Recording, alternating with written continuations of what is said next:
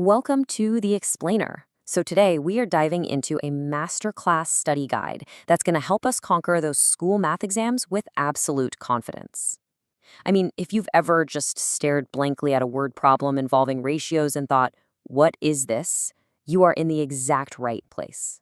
Let's figure out how to break it all down step by step together. You know, math exams can definitely be a little stressful, but are you ready to absolutely ace proportional reasoning? Because today, we're unlocking the ultimate trick, along with some really clear, proven methods to make comparing ratios and solving those tricky proportional mysteries an absolute breeze. Here's the roadmap for our explainer. 1. The ultimate math study guide. 2. Comparing ratios step by step. 3. Proportions, the equal ratios. 4. The cross-product rule. 5. Mastering exam word problems. And finally, 6. Avoiding common exam traps. Let's get to it. Okay, Section 1, the ultimate math study guide. As Galileo Galilei famously said, the book of nature is written in the language of mathematics. And he hit the nail on the head. From, calculating the absolute perfect cupcake recipe to designing towering architecture, ratios and proportions literally are the mathematical language of the real world. It's exactly how we scale things up, scale things down, and just understand relationships around us. So the study materials you see in your textbooks, like that scannable QR code you might see for extra practice, they're really just tools to decode that universal language. By mastering the concepts in your book, you are quite literally learning to decode the whole wide world around you. Moving on to Section 2, comparing ratios step by step. It turns out if we just follow 3 simple steps, we might literally never get a ratio comparison question wrong again. Ready? First, express both quantities in the exact same units. So for example, converting kilometers to meters so everything matches up perfectly. Second, just write the ratio as a fraction. And third, find the lowest common multiple, the LCM, of the denominators so you can actually compare them like for like. Let's actually apply those exact steps to a real textbook problem. Let's look at a cricket team's performance. So last year, they had 8 wins and 2 losses. This year, they have 4 wins and 2 losses. The big question is, which year was their record better? All right, let's run it right through our steps. Last year's ratio is 8:2, which simplifies neatly down to the fraction 4/1. This year's ratio is 4:2, which simplifies to 2/1. Now, since our denominators are already the exact same, we can just compare the numerators. Well, 4 is definitely greater than 2, right? So by comparing those simplified fractions, we clearly see the team performed far, far better last year. That brings us to Section 3, proportions, the equal ratios. Okay, so the absolutely crucial difference to remember here is that a ratio is really just an expression comparing 2 quantities by division, right? Like 2 to 3. But a proportion? That is an actual algebraic equation stating that 2 ratios are entirely equal. Something like 2 to 3 equals 4 to 6. Think of a proportion as the bridge connecting 4 different quantities together. Which leads us straight into Section 4, the cross-product rule. Now, this rule, which is heavily featured in your textbooks and sometimes called the proportion trick, states that in any valid proportion, the product of the extremes equals the product of the means.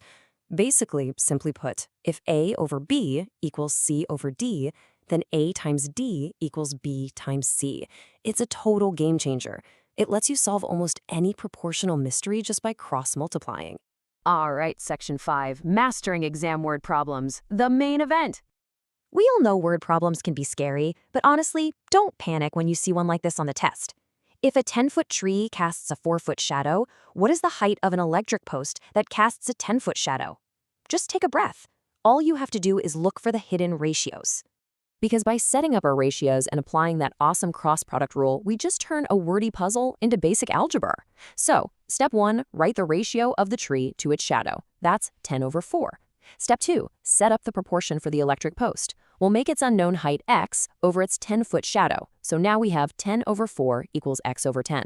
And step 3, cross-multiply. 4 times x equals 10 times 10. So 4x equals 100. Then we just divide both sides by 4. And boom, that means the electric post is exactly 25 feet tall. We literally just effortlessly solved a classic exam question using standard algebraic properties. How cool is that? Okay, let's try another classic exam scenario. This time, we're testing your baking math. Here's the setup. Eleanor uses 1 cup of milk for every 2 eggs in her cupcake batter. How many cups of milk does she need for 6 eggs? Once again, our job is just to find the hidden ratios. We follow the exact same steps, but let's speed it up a bit this time. Step 1, ratio of eggs to milk. Boom, 2/1. Step 2, set the proportion for the new batter. That's 6 eggs over X cups of milk. So we've got 2/1 equals 6 over X. Step 3, cross multiply. 2 times X equals 1 times 6. So 2X equals 6. Divide both sides by 2. And the answer is 3. She needs exactly 3 cups of milk. See? By just sticking to the method, you basically just earned full marks on that question, for sure. Finally, let's look at Section 6, Avoiding Common Exam Traps. So teachers note that students frequently fall into a few specific traps, and we want to avoid those. The first one is additive reasoning.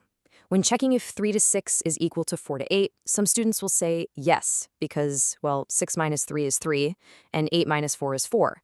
But actually, scratch that. Remember, ratios are about multiplication and division, not addition and subtraction. Both of those fractions actually simplify to 1/2. Now, the second trap is the upside-down fraction. That's when you accidentally flip the numerator and denominator on just one side of your proportion. So definitely stay alert and keep your units lined up perfectly. Just keep this quick checklist in mind when you sit down for your next test. Number 1, always convert to the exact same units first. Number 2, use the highest common factor to simplify your ratios.